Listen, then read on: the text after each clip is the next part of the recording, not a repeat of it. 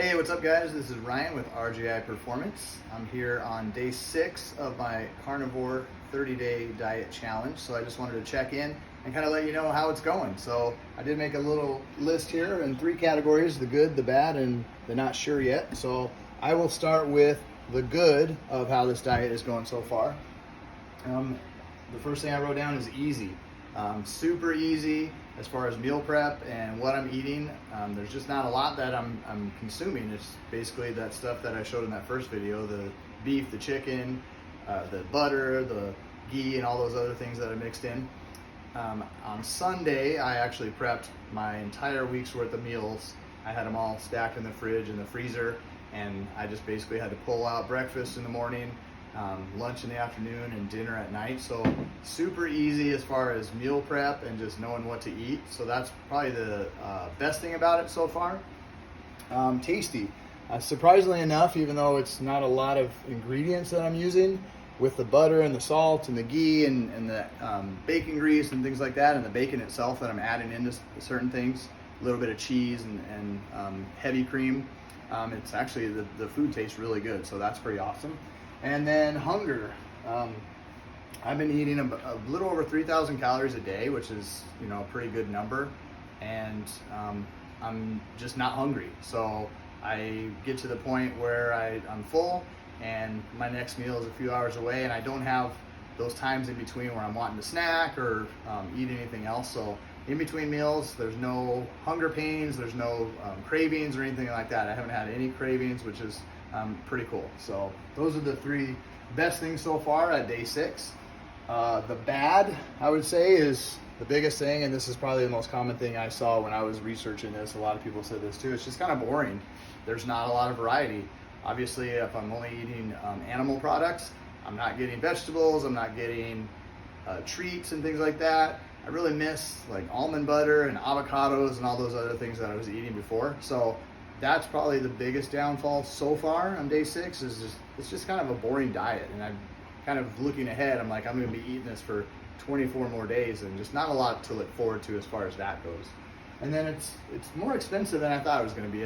I did that Costco trip and I got a bunch of meat, and I was hoping it would last me a little bit longer than it did, and it really hasn't. So I went through most of that already. I have enough just to get me through the rest of this week, and I'm gonna have to go back and get probably the same amount for next week. So it's actually more expensive than I was hoping and than I thought it would be, because there's not a lot to it. There's not a lot of variety and different ingredients. So unfortunately, it is more expensive than I was hoping for. And then I put this one in the middle because, it's not necessarily a bad thing that I have lost probably 3 or 4 pounds already. But for me, it's kind of a bad thing because I'm just not trying to lose weight. I'm trying to maintain the weight I'm at. So I really don't want to lose weight. And like I said, I'm eating over 3,000 calories a day, and I'm still kind of dropping some pounds. So it is a good thing, I guess, if you want to lose weight. But for me, not something I'm really trying to do right now. And then the not sure yet.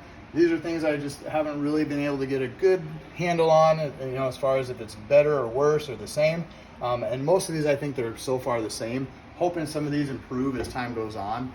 Hopefully after 2 weeks is what I've been hearing, that some of these improvements start to happen. But my energy level hasn't really changed. It hasn't gotten better, hasn't gotten worse. It's just kind of how it was before, or at least I haven't noticed any significant changes. And then my workout performance, I'd say it's gone down a little bit maybe, but I think that was just my body adjusting to what was happening. Hopefully, as I continue the next few days, it'll start to go up a little bit, or at least go back to where it was before. It hasn't changed significantly too much, but it has changed a little bit, I'd say. And then my blood sugar, I do feel like it is coming down a little bit. I've been tracking it a little more closely than I have before. So it hasn't dropped a lot, but I do think it is trending down. So kind of not 100% sure in the good category, but I think it's definitely heading that direction. And then last but not least, just all the overall health benefits of it. I don't know. I don't have a lot of science. I didn't do a blood test before. I didn't do my cholesterol or things like that before. So I really can't speak to those things that, you might come across if you look on YouTube at other videos about the carnivore diet. There's a lot of claims about it. I can't really put anything in that category as far as any of those claims, because I really don't have any significant data to really back it up. So that's kind of my take on day 6, my little check-in.